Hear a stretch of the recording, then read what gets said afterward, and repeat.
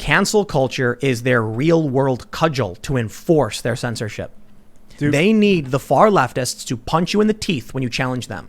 Sorry, I just got to say this.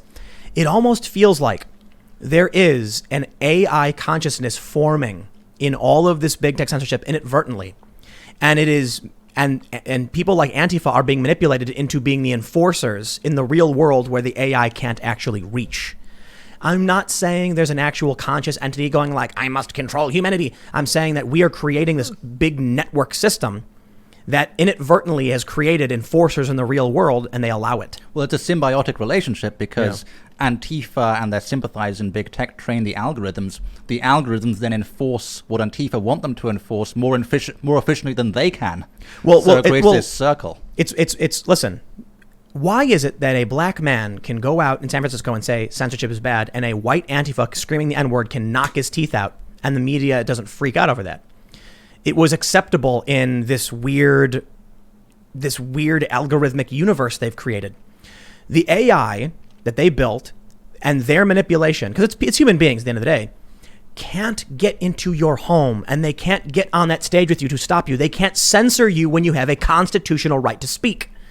But they can inflame some Antifa people, allow them to organize violent riots, and show up to your home and punch you in the face and knock your teeth out. They didn't go to that guy's house. I'm just saying. They've been going to people's houses. So they really need cancel culture to scare people into adhering to the manipulations that they want. And they really, really need Antifa to knock people out. Otherwise, what does the enforcement actually mean in the real world when people defy you? They want to end the defiance in the physical realm. They'll punch you in the face. They can already end the defiance in the digital world by just banning you and nuking you. So they've got their enforcers. And the enforcers are allowed to operate on these platforms. I was talking to Ryan with impunity. I was talking to Ryan Hartwig. He's a Facebook whistleblower. Yeah, we're having him on Friday. Oh yeah, he's great. Yeah, he's awesome. And that he was a Facebook content moderator. He was told told by his superiors, don't categorize Antifa as a hate organization. So there you have it. Another smoking gun to a long list of smoking guns. You know what I wish would be awesome? There's some 70-year-old dude who owns and runs all of he's got a big investor in all these companies. And he's sitting in a room, and it was 1977 when he accidentally invented a sentient computer that's telling him what to do. And then he's going and giving his underlings orders. That'd be a great movie. Unfortunately, reality is actually scarier than that. It's human beings, and they're knocking dominoes over, not realizing what they're building around them. And it's getting scarier and scarier. The domino goes all the way back around and then hits him in the back. Oh, definitely. Yeah, so if you look at Jack Dorsey, for instance, that dude gave, what did he give, $10 million, was it? To Ibram X. Kendi. Millions of dollars. These people are, it's Human Centipede, but you've seen the movie Human Centipede? You guys don't? I can't say I have, no. I've heard of it. You know what it's about. I'm aware of its notoriety. Yeah. You know what it's about? So a mad scientist sews a group of people's mouths to each other's anuses and creates this big, long human centipede. Sounds like a horror movie. It is a horror movie. It is a horror movie. Yeah. And so imagine that, but imagine they're connected in a big circle, and that's what it is.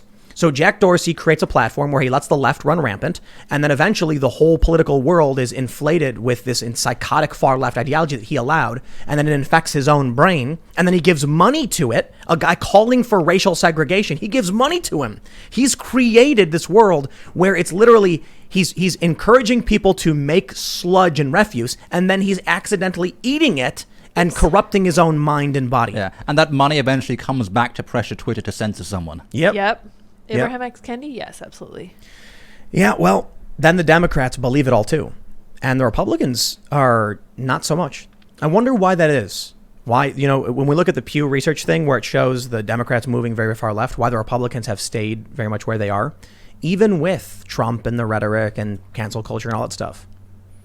I think it's because Jonathan Haidt talks about this. He's the psychologist who does all this research about the roots of our political beliefs. He mentions, conservatives are quite good at understanding liberals, often because, they were former liberals, but liberals are terrible at understanding conservatives. Yep. So this is why I think Trump still has a fighting chance. We have all this censorship, we have all this propaganda, but because liberals don't understand conservatives very well, don't understand, normal, non-liberal people very well, a lot of the propaganda is just bad. Well, so what I think is happening is there's another chart that I love to share where it shows moderates.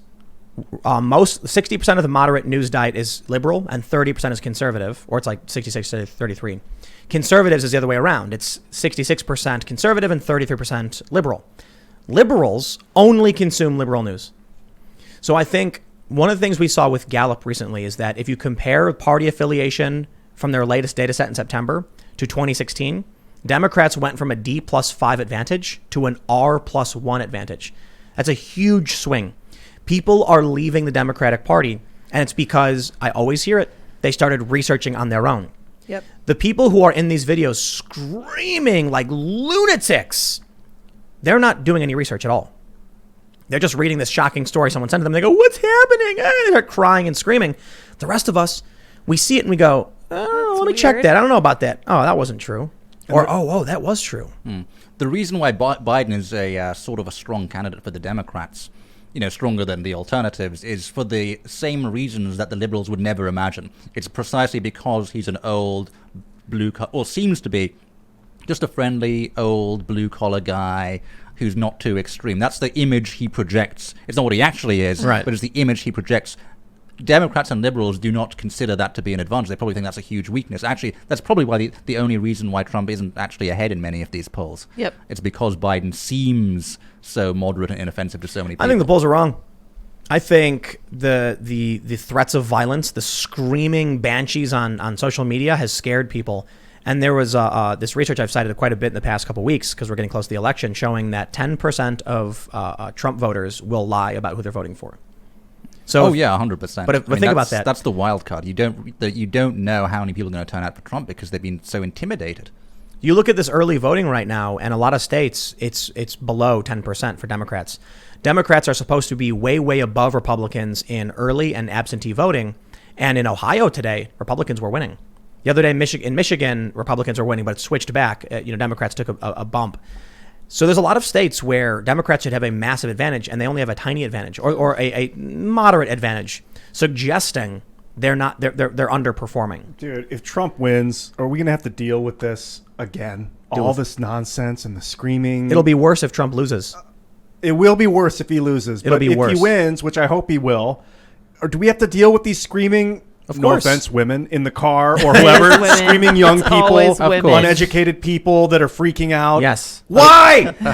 Why won't people just chill out and build something? Because they're addicted and they're on Facebook, and Facebook is beating them over the head and screaming in their faces, and they're not smart enough to do a Google search. So we need a unified enemy, and maybe it can be the tech oligopolies. You'd think COVID would have been that, but no, can't do it. Because it's you can't see it. You can't target someone or something. It's too amorphous. Well, but like there a corporation. There are some leftists who get it. I mean, the Gravel Institute, which is very, very far left, Yep. put out a video recently criticizing the tech giants for their control over information.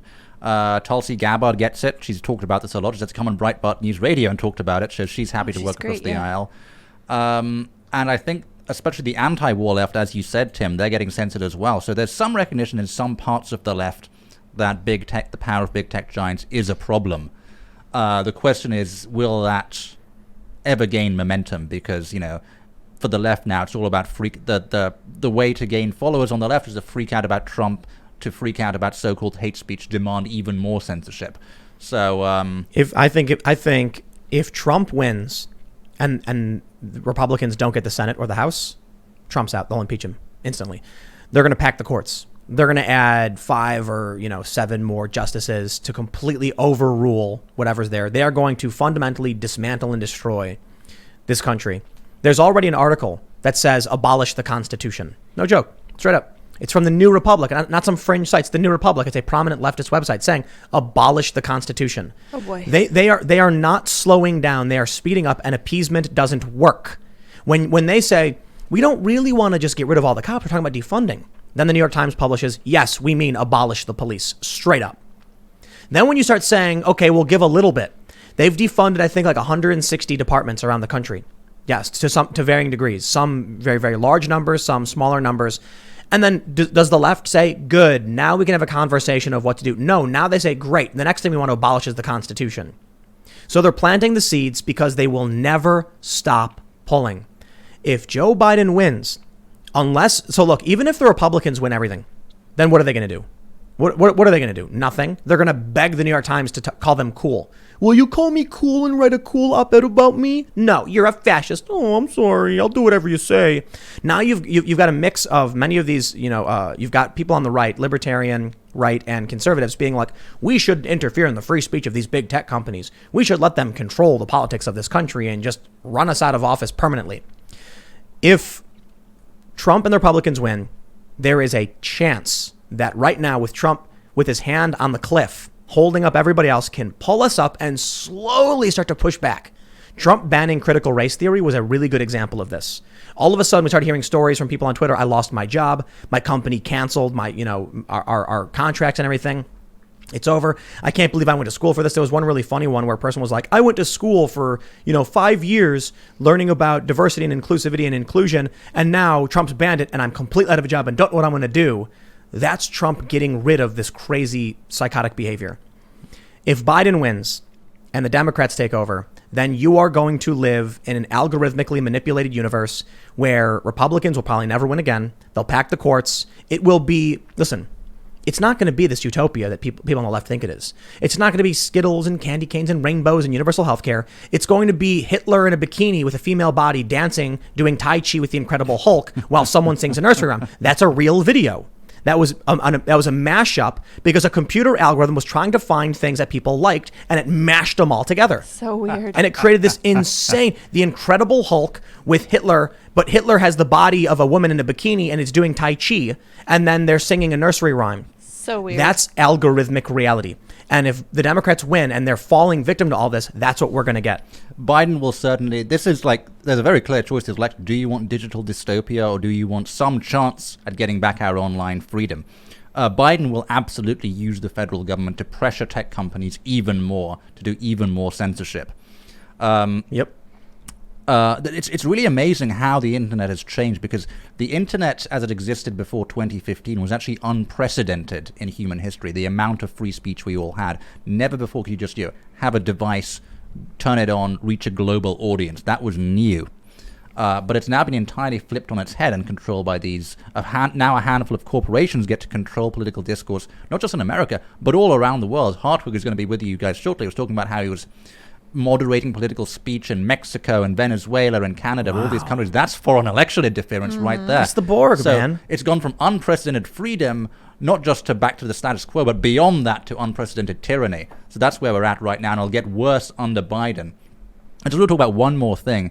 This will sound like a massive tangent, but it isn't. The Roman Empire collapsed collapsed into dictatorship because the Senate became corrupt, politicians became corrupt, and people turned to powerful strongmen instead. We're really seeing that because, as you said, Republican senators, a great many of them, will do nothing to protect ordinary people from these tech giants. Yeah, they're slime. They're corrupt. The only entity in the world, perhaps, today doing that is the Trump administration.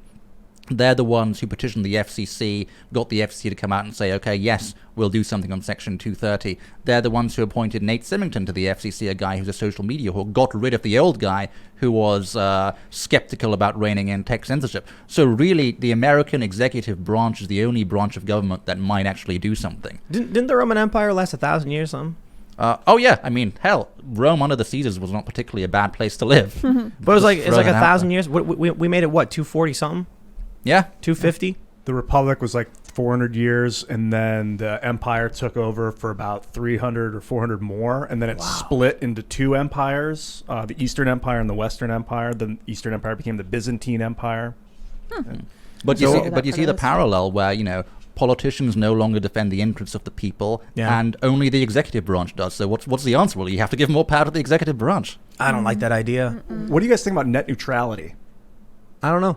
I remember it was huge. Total play on words by the liberals and the tech. Can you define it? So it was essentially a law that defined, an executive action by the FCC, by Obama's FCC, that made ISPs, internet service providers, Comcast, Verizon, common carriers. So they had to, treat everyone equally, treat everyone neutrally. So if Netflix is using your bandwidth, even if they're using way more of it than any other company, you have to charge them the same rate. So it was really something that only helped Netflix and YouTube and these big video streaming platforms and the service providers, Google, Facebook, all these platforms. So it was basically the edge, what's called in the technical FCC language, the edge providers, Facebook, Google, YouTube, versus the service providers, Verizon, Comcast. It was a battle between corporations, and under Obama, the edge providers, Facebook, Google, YouTube, Netflix, they won that battle. Under Trump, they got rid of it. It's not really about net neutrality.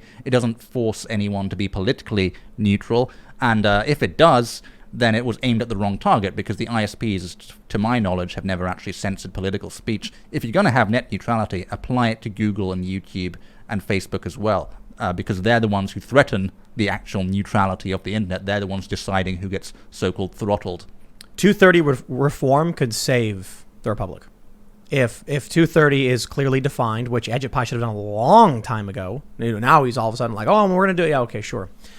If this happened a long time ago, and companies like Wikipedia were liable for their libel, and Twitter had to have strict moderation policies, then free speech would be allowed, debate would be happening, and people would have the opportunity to actually speak with each other. A site like Minds, a startup like Minds, would have went under because Why? we only had like 3 moderators. And if you wouldn't have to moderate. That's the point. Yeah, it would. But mean, we would have to ban. No, you wouldn't. No. We'd have to find them. No, you're wrong. No. You're wrong. It's the opposite of that. This is the argument that free market libertarians make, which is the opposite of that. If you moderate, then you're suddenly in publisher territory. Do we have microphone issues? You're good. Oh, okay. Your headphones might have cut. Got it. Yeah. Anyway, it's the opposite of that, because if you get Section 230 reform, the right kind of Section 230 reform, right. I will say, you don't want to repeal the entire law. That's a bad idea. What you want to say is, it's very simple. It's so simple. I don't know why more people aren't suggesting this. You simply say, if you want to be a platform, if you want to have that legal immunity, you can't filter legal content, constitutionally protected content, on behalf of your users. You can filter it, but only if the user chooses to filter it. So exactly the same as Google's safe search option, but for all types of content. So if you would not have to moderate. Okay, wait. So if someone posts something illegal, I have to get it off the site as a moderator, or the site gets sued because we can't host illegal content. That's true now. That's true now. Right. Section 230 doesn't change that. So you're saying if you moderate legal content on behalf of a user, so the user doesn't ask you to hide that from their feed, then you are no longer a platform. You lose Section 230 protections. But if you give the user the option to filter that content, say if you make a hate speech filter that liberals can turn on or off, that's fine. Right. You just don't do it on behalf of the user. So right now what's happening is Section 230 says good faith moderation is allowed. The idea was you can't be responsible for what a user posts to your website. That's not fair. I didn't say it as a comment. So right now they can moderate against users' will, but this would say you're not allowed to moderate against their will unless they ask you to moderate for them. Right. So they can. Here's the thing. So free market defenders of the big tech companies will say First Amendment, anyone can moderate their property, their communications platform as much as they want, or you're violating the First Amendment. That's actually true, but not every while every company has First Amendment rights, they don't have these special Section 230 legal immunities. So what you can say is if you want these special legal immunities that no other company gets, then you're going to have to behave in a certain way. It's very simple. Yeah. So right now on Minds, you have the not safe for work filter, right? Yeah. People can turn it off and just see everything. Yeah. And so if it's so one of the arguments was people need to be able to, these sites need to be able to remove porn or something. Like, let's say you're a religious community forum and someone starts spamming porn, you need to be able to get rid of it. So that is one of the challenges in setting these terms and these rules. But the users have the ability to then say, filter this out for me. And so they can't see it. So someone come in and can post whatever garbage they want, but no one sees it who's actually participating. There's still challenges, but the general idea is right now, Twitter says it is objectionable if someone says vote Trump. Therefore, we'll ban them. Well, Section 230 says we're allowed to moderate objectionable content without crossing the line. That needs to be defined. What does that mean? So the general idea that many people have had is you can't remove legal content. If it's a violation of the law, like a call to violence, threatening harm, or horrifying images or whatever, then they can get rid of that. They have to now. But if it's someone saying vote Trump, then you can't touch it. Yeah. Also, if that's how the law were, then it would be so much easier for tech platforms and new platforms like mine, because you wouldn't have to have moderators, and two, you wouldn't necessarily have to build the filters yourself. What I imagine would happen would there'd be all sorts of third-party browser extensions that filter content across the internet for you, so you don't ever want to see, obscene content on the internet. You want to keep your internet family friendly. I imagine what would happen in this new world where tech platforms can't censor on your behalf is you'd have browser extensions that people install, and it would filter your online experience across all websites. But what would happen is someone would upload porn and they wouldn't mark it explicit, because people just, that's how they live. They don't mark their stuff. They put it up, and then you have to go in and find it and then moderate it, or you have to build an algorithm. Or the users flag it. Well, that's a problem now. So maybe. And then you get notifications. Or you get complaints that it hasn't been flagged yet. Well, that's a problem that you have now. That's a problem that Google has, so they train algorithms to recognize that kind of content. And what would happen is you'd have browser extensions that do the same thing, that have algorithms that recognize, and they get better and better, and they improve over time with updates. Yeah, it's time to, in a sense, scale back the desperate attempts. Because what's happening is you get Twitter and Facebook saying this is objectionable and this isn't, and then a bunch of people freak out saying that's not fair. A really good example of the problem was when I was talking with Jack Dorsey, and I said, your rules are inherently biased. And they said, no, that's not true. And I said, you ban people for misgendering. And they were like, so? Conservatives don't view the word misgender the same way you do. Your rules are inherently biased. You should not be allowed to do that. Imagine this. Imagine you make a phone call to your mom, and you're like, did you see this story about, Donald Trump doing a backflip? And then click, phone goes off. And then you get your phone vibrates and it says, you are sharing objectionable information. That would be insane. Nobody would that's a private phone call. Facebook's actually censoring private messages. Twitter, when it came to the New York Post story, was blocking link sharing in direct messages. This is well beyond acceptable behavior. It's not good faith at all. You know what the equivalent is? I start off my book with this, the prologue. It's a story about a guy in the 1960s who's writing a letter on his typewriter. The typewriter stops work and says, you can't use a typewriter anymore. Your last letter was hate speech. Then he tries to call his friend on the phone. The phone operator says, sorry, you said hate speech through the phone last time. Can't use it today. Sorry, you're banned for 10 days. Tries to go buy a newspaper. The newsstand owner says, well, your favorite newspaper isn't stocked anymore. It was publishing disinformation. That would have been so bizarre to our parents and our grandparents, but we're just accepting it on social media, the exact same thing. I'd like to see them become utilities. Big companies like that, once they have a certain amount of users per day. Maybe there's a lot of talk. I think simple 230 reform is the first thing to do, and then so if content goes up, it's objectionable, and someone complains, you're liable for it as a platform because you're supposed to make sure that the filter works. If the filter's doesn't work, objectionable doesn't mean illegal.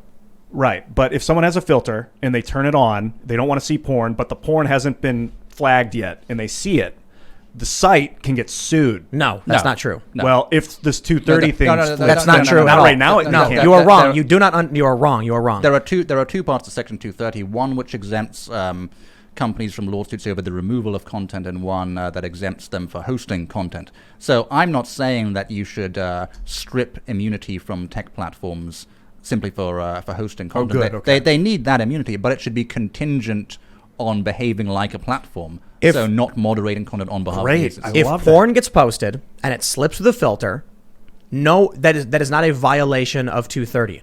It is, these things happen, and the people can complain, and then the site can fix it.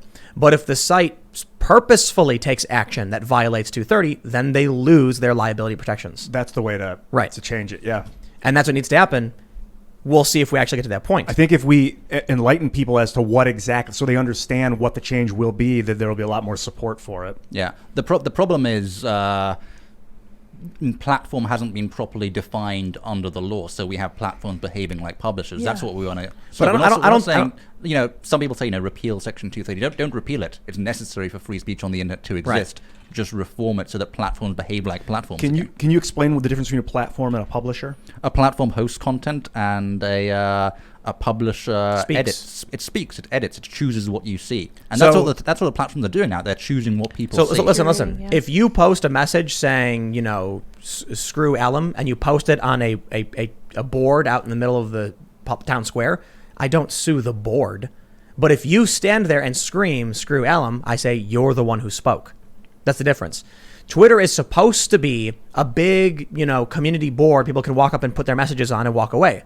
And you don't complain about the board because someone put a message on it. That's why you can't sue Twitter. The problem is what Twitter has become is in order to get in, there's a gate. And when you walk in, Jack Dorsey's standing there saying, not that one. Wait, what did you say? Oh, I'm taking that one down. And it's like, wait, you're curating what people can and can't say. You are effectively speaking because you're restricting some things and promoting other things. And then they become a publisher. More importantly, Twitter has begun actually issuing news statements. So there's quite literally on the town center square, it says the Twitter board and Jack Dorsey is writing things on it. And now we're like, yo, I can sue you for that. And they're like, actually, you can't. Thanks for checking out this clip from the Timcast IRL podcast. We do the show live Monday through Friday at 8 p.m. So come back to check us out when we go live. Don't forget to subscribe, hit the like button, hit the notification bell, and we are also available on all podcast platforms for free if you want to listen to us there. Thanks for hanging out, and we will see you all next time.